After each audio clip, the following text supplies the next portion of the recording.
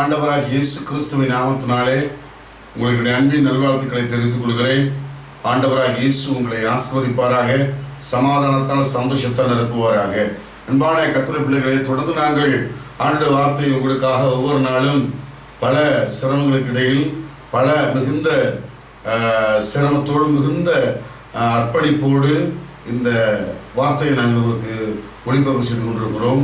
நீங்கள் ஒரு வார்த்தையை கூட ஒரு நாள் கூட தவறாமல் இதை பார்க்கும்படி அன்போடு கேட்டுக்கொள்கிறேன். இன்றைக்கு உங்களோடு கூட என்ன வார்த்தையை பகிர்ந்து கொள்ள வேண்டும் என்று ஆவியிலே ஜெபித்துக் கொண்டிருந்த பொழுது, பரிசுத்த ஆவியில் இணைந்து ஜெபித்துக் கொண்டிருந்த பொழுது, ஆண்டவர் நஷ்டத்தை துரத்துவோம் என்கிற வார்த்தையை சொன்னார். அதை குறித்து பேசும்படி ஆண்டவர் உலகத்தில் ஏவினார். அன்பான கர்த்தருடைய பிள்ளைகளை, இதற்கு ஆதாரமாக நாம் 1 கொரிந்தியர் 3ஆம் அதிகாரம் 10ஆம் வசனத்திலிருந்து 15ஆம் வசனம் வரை நாம் படிக்க கேட்போம். 1 கொரிந்தியர் 3ஆம் அதிகாரம் 10ஆம் வசனம் முதல் கொண்டு 15ஆம் வசனம் வரைக்கும். எனக்கு அளிக்கப்பட்ட தேவ கிருபையின்படி புத்தியுள்ள சிற்பாசரியை போல அஸ்திபாரம் போட்டேன். வேறொருவன் அதன் மேல் கட்டுகிறான், அவனவன் தான் அதன் மேல் இன்ன விதமாக கட்டுகிறான் என்று பார்க்க கடவன். போடப்பட்டிருக்கிற அஸ்திபாரமாக இயேசு கிறிஸ்துவை அல்லாமல் வேறு அஸ்திபாரத்தை போட ஒருவனாலும் கூடாது. ஒருவன் அந்த அஸ்திபாரத்தின் மேல் பொன், வெள்ளி, விலையேறப்பட்ட கல், மரம், புல், வைக்கோல் ஆகியவைகளை கட்டினால் அவனவனுடைய வேலைப்பாடு வெளியாகும். நாடானது அதை விளங்க பண்ணும், ஏனெனில் அது அக்கினியினாலே வெளிப்படுத்தப்படும். அவனவனுடைய வேலைப்பாடு எத்தன்மை உள்ளது என்று அக்கினியானது பரிசோதிக்கும். அதன் மேல் ஒருவன் கட்டினது நிலைத்தால் அவன் கூலியை பெறுவான். ஒருவன் கட்டினது வெந்து போனால் அவன் நஷ்டமடைவான், அவனும் ரட்சிக்கப்படுவான், அதுவும் அக்கினியில் அகப்பட்டு தப்பினது போல இருக்கும். என் அன்பான கர்த்தருடைய பிள்ளைகளே, இந்த வசனங்கள் ஒருவன் ஆவிக்குரிய வாழ்க்கையை எப்படி கட்டுகிறான் அல்லது ஒரு ஊழியத்தை எப்படி கட்டுகிறான், இந்த 2 கோணங்களில் அப்போஸ்தலன் இப்போது எழுதியிருக்கிறான்.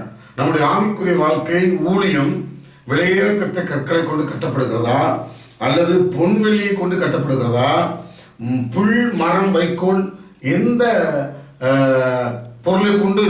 ஒரு வீடு கட்டும்போது சில பேர் விலையேறப்பட்ட சலவை கற்களால் கட்டுவார்கள், சில பேர் செங்கலால் கட்டுவாங்க, சில பேர் மண் குடிசை கட்டுவார்கள், சில பேர் ஓட்டு வீடு ஹேலப்பிளக்கில் கட்டுவாங்க.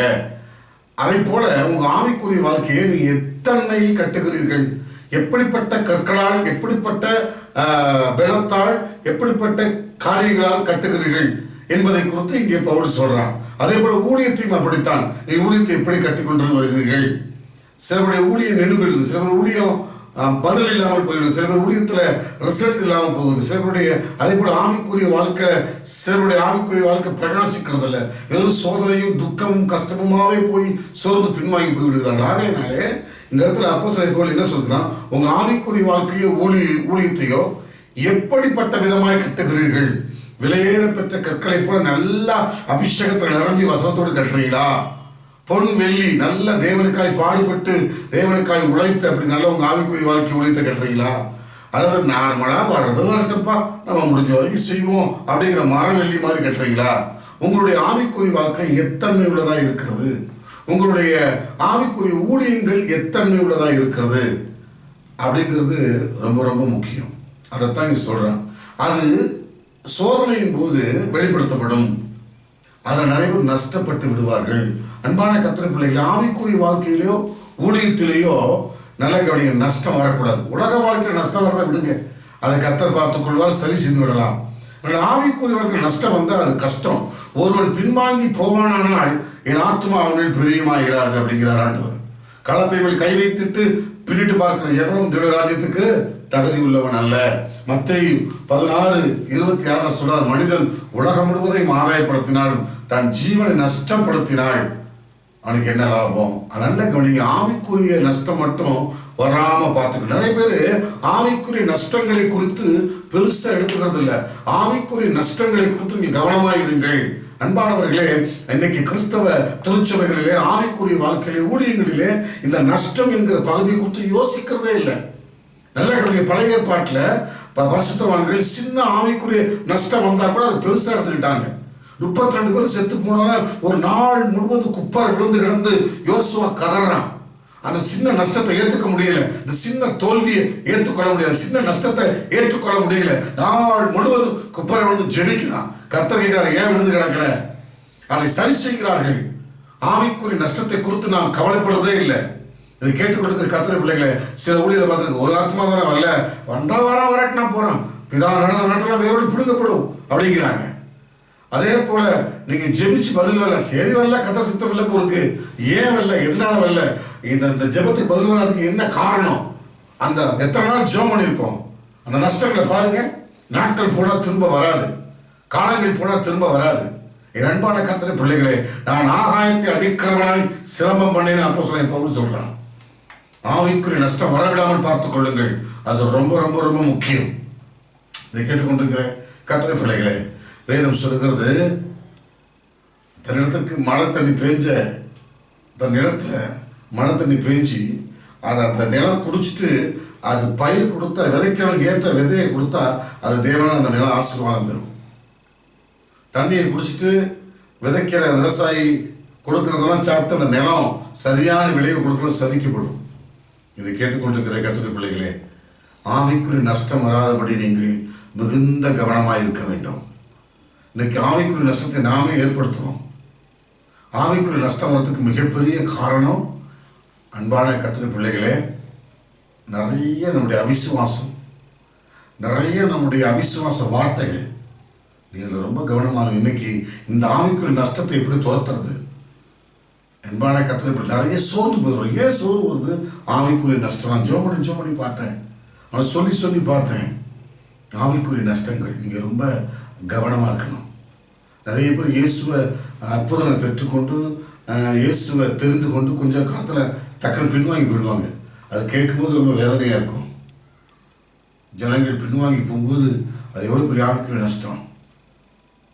அதாவது நீங்கள் ஜெபம் பண்ணி பதில் வரலைன்னா அது எவ்வளோ பெரிய ஆவிக்குரிய நஷ்டம்.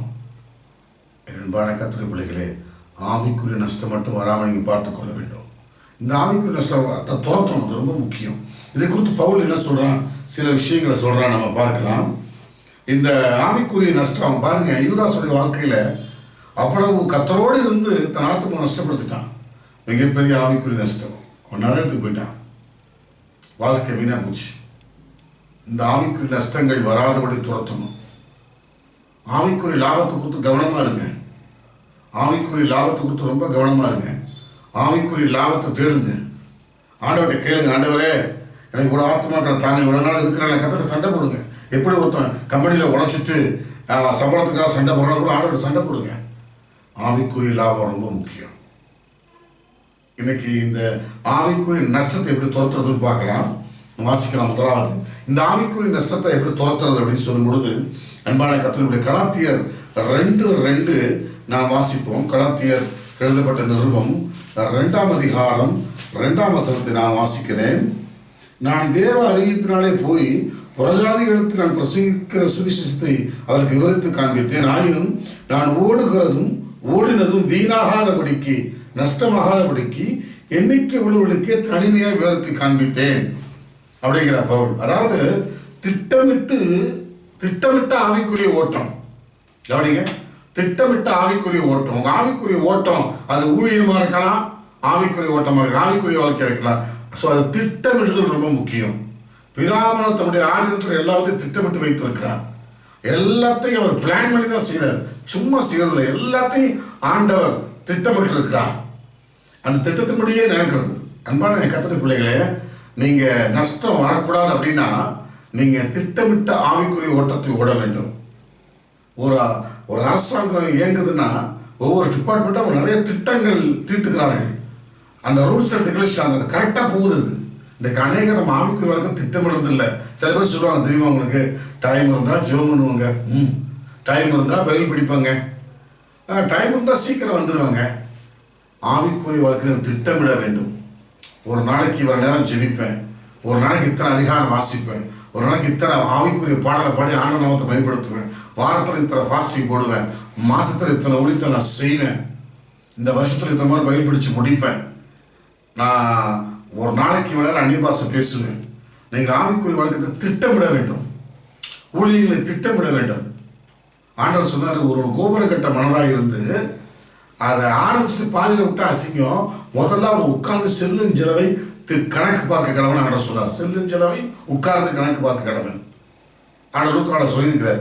ஒரு ராஜா இன்னொரு ராஜா எதுக்கு சண்டைக்கு போகும்போது அவன் திட்டமிடணும், தன்னுடைய எத்தனை படைகள் இருக்கிறாங்க, அவன்கிட்ட எத்தனை படைகள் இருக்கிறார்கள், போய் சண்டை போட்டு ஜெயிக்க முடியுமா? அப்படி முடியாதான் இங்கே சமாதானமாயிரு, திட்டமிடுங்கிறார் இயேசு கிறிஸ்து. அழகா சொன்னார், திட்டமிட்டு செயல்படு. ஆவிக்குரிய ஓட்ட அதை திட்டமிடுங்கள். நேரம் கிடைச்சா பயில் பிடிப்பேன், நேரம் கிடைச்சா ஜெபிப்பேன், நேரம் கிடைச்சா பாடுவேன். இது என்னங்க உலக காரியம்? உலக காரியத்தை கூட திட்டமிட்டு செய்கிறார்கள். யோசனை உலகத்தில் இது திட்டமிடாமல் நடக்குது சொல்லுங்க பார்க்கலாம். எல்லாம் பாவத்தோட திட்டமிட்டு செய்யறான்.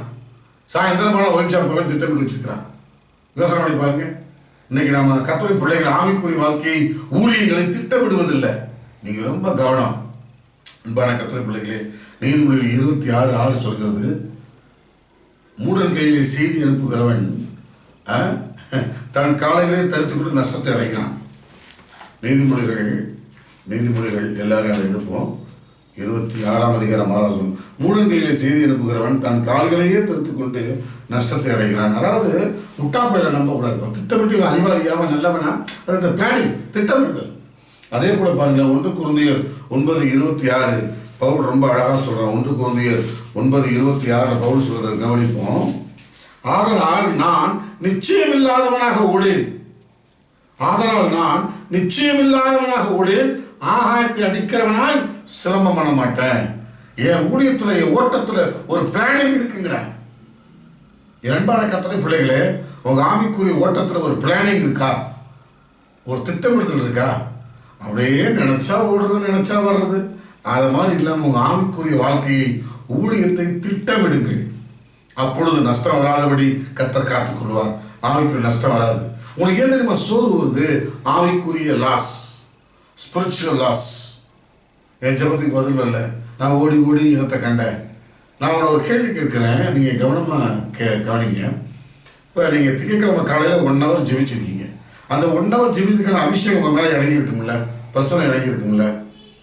ஓகே, திங்கட்கிழமை சாயந்தரம் ஒரு ஜெபம் பண்ணுறீங்க 1 hour, அப்போ ஒரு அபிஷேகம் பர்சனல் இறங்கியிருக்கும்ல.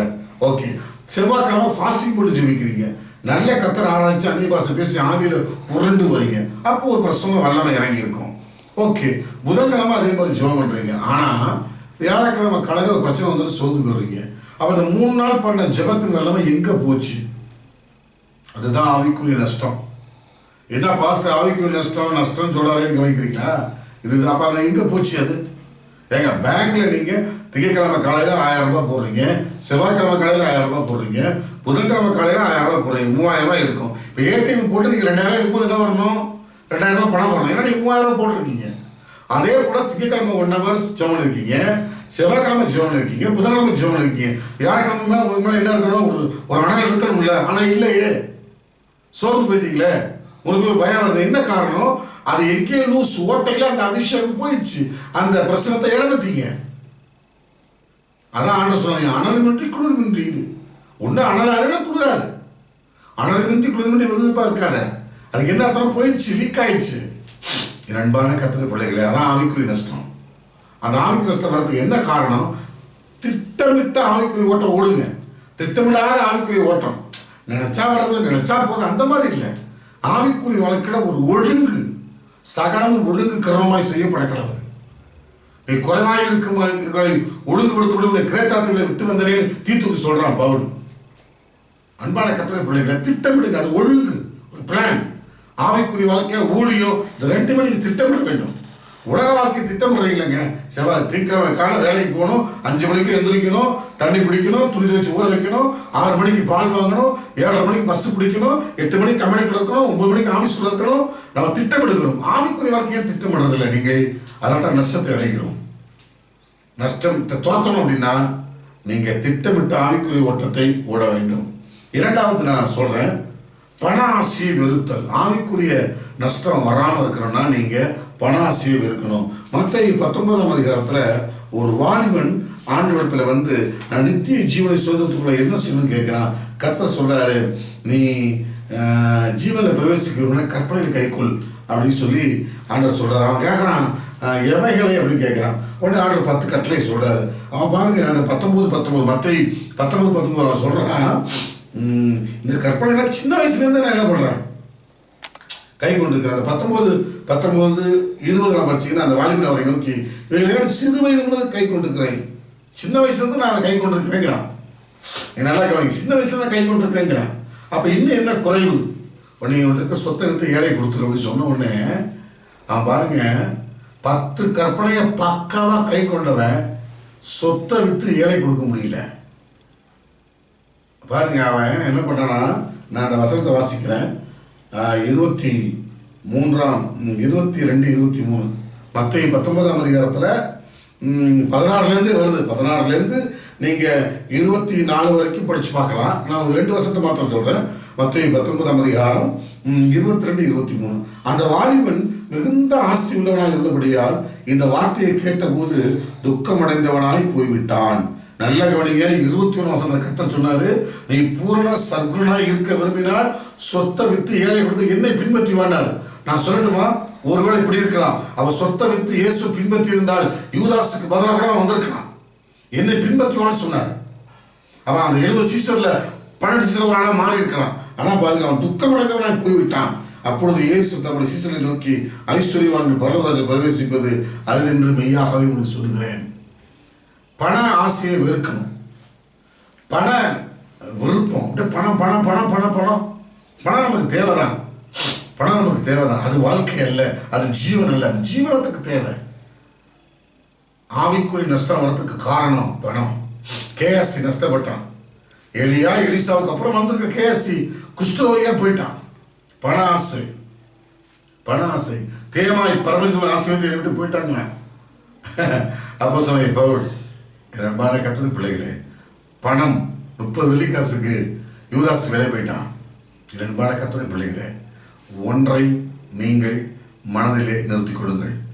பண ஆசை வந்தால் ஆவிக்கு நஷ்டம் கன்ஃபார்ம். ஃபாதர் பண்ணார்ல, பணமயக்கம் எல்லாவித தீமைகளின் தொடக்கம். ஒழுக்க மேலே கண்ணு போச்சுன்னா போச்சையாவும் அபிஷேகம். ஒரு அழகாக பாடியிருக்கிறார். என் அன்பான கர்த்தருடைய பிள்ளைகளே, இதை கேட்டுக் கொடுக்கிற தேவ ஜனமே, ஆவிக்குரிய நஷ்டத்தை துரத்தணும் அப்படின்னா பண ஆசையை துரத்துங்க. 3ஆவதாக நான் சொல்கிறேன், சரீர கட்டுப்பாடு. ஆவிக்குரிய பிள்ளைகள், நீங்கள் ஆவிக்குரிய நஷ்டம் வராமல் சரீரத்தை கட்டுப்பாட வச்சுக்கணும். 1 கொரிந்தியர் 9ஆம் அதிகாரம் 27ஆம் வசனம் இப்படியாய் சொல்கிறது, மற்றவர்களுக்கு பிரசங்கிக்கிற நான் தானே ஆகாரமாய் போகாதபடிக்கு என் சரீரத்தை ஒடுக்கி அதை கீழ்ப்படுத்துகிறேன். 1 கொரிந்தியர் 9:27. மற்றவர்களுக்கு பிரசங்கிக்கிற நான் தானே ஆகாரமாய் போகாதபடிக்கு என் சரீரத்தை ஒடுக்கி அதை கீழ்ப்படுத்துகிறேன். சரீரத்தை கண்ட்ரோலாக வச்சுக்கணும். ஆவிக்குரிய வாழ்க்கையில் சரீரம் ரொம்ப முக்கியம். இந்த சரீரத்தை நீங்கள் கண்ட்ரோலாக வச்சுக்கணும். நிறைய பேர் அப்படி செய்கிறதே கிடையாது. சரீரத்தை கண்ட்ரோலாக வச்சுக்கிட்ட யோசேப்பு தலைவனாக உயர்த்தப்பட்டான். சரீரத்தை கண்ட்ரோலாக வச்சுக்காத சிம்சோன் கடைசியில் கண் பிடுங்கப்பட்டு கோமாளியாக மறித்து போனான். சரீரத்தை நம்ம ரொம்ப கண்ட்ரோலாக வச்சுக்கணும். சரீரத்தை மாம்சத்தை நம்ம கரெக்டாக வச்சுக்கணும்.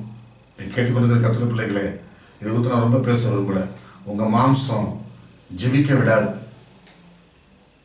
ஆவி உற்சாகம் உள்ளது தான், மாம்சமோ பலவீனம் உள்ளது. ஜெபிக்க விடாது, வேத வாசிக்க மாம்சம் விடாது, ஃபாஸ்டிங் கூட விடாது, சர்ச்சுக்கு சீக்கிரம் போக விடாது. மாம்சத்தை நீங்கள் அடக்குனா ஆவிக்குரிய நஷ்டம். நிறைய பேர் ஆராதனை முடிஞ்சுதான் சர்ச்சுக்குள்ளே வர்றாங்க. பாருங்க, இப்போ ஆராதனைக்கு 8 மணி நேரம் போயிடுச்சா, லாக்டவுன் முடிஞ்சு போச்சா? யோசனை பண்ணி பாருங்க. 3-4 மாதத்துக்கு முந்தி விடுதலையோடு கத்தரை சத்தமாய் பாடி ஆராய்த்தோம். இன்னைக்கு முடியுமா? கீபோர்டு இருக்கு, பாக்ஸ் இருக்கு, சர்ச் இருக்கு, மைக் இருக்கு, பாட முடியுமா? முடியாது. இவ்வளவு பெரிய வேதனை. என்ன காரணம்? நல்லா இருக்கிற காலங்களில் அசால்ட்டாக சர்ச்சுக்கு வருது. பாட்டு செக்ஷன் முடிஞ்சு ஆராதனை ஆரம்பிக்கும் போது சில பேர் உள்ளே வருவாங்க, சில பேர் ஆராதனை முடிஞ்சு உள்ளே வருவாங்க. என்ன காரணம்? மாம்சத்தை அடக்கி சர்ச்சில் உட்காந்து சொல்ல முடியல. ட்ரெயினுக்கு போய் நிற்கிறான், ட்ரெயின் வரத்துக்கு முந்தி கம்பெனியில் கேட்டு போய் நிற்கிறான், ரேஷன் கடையில் வரிசை போய் நிற்கிறான். ஆனால் கத்தராலயத்தில் வந்து நிற்க முடியல. கத்தர் பார்த்தாரு, போட்டுட்டாரா? அன்பான கத்தர்களுடைய சரீர கட்டுப்பாடு இருந்தால் ஆவிக்கு நஷ்டம் வராது. அடுத்தது 4ஆவதாக நான் சொல்லி முடிக்கிறேன். வீண் பேச்சை நீங்கள் துரத்துனீங்கன்னா, வீண் பேச்சு துரத்துனீங்கன்னா ஆவிக்கு நஷ்டம் வராது. வீண் பேச்சுக்கு இடம் கொடுத்து சில விலகி போனார்கள். தீமோத்தேயுக்கு பவுல் சொல்றான், தீமோத்தேயு வீண் பேச்சுக்கு இடம் கொடுத்து விசுவாசம் விட்டு. விசுவாசத்துக்கு முதல் விரோத ஈர்த்தறிக்கல வீண் பேச்சு.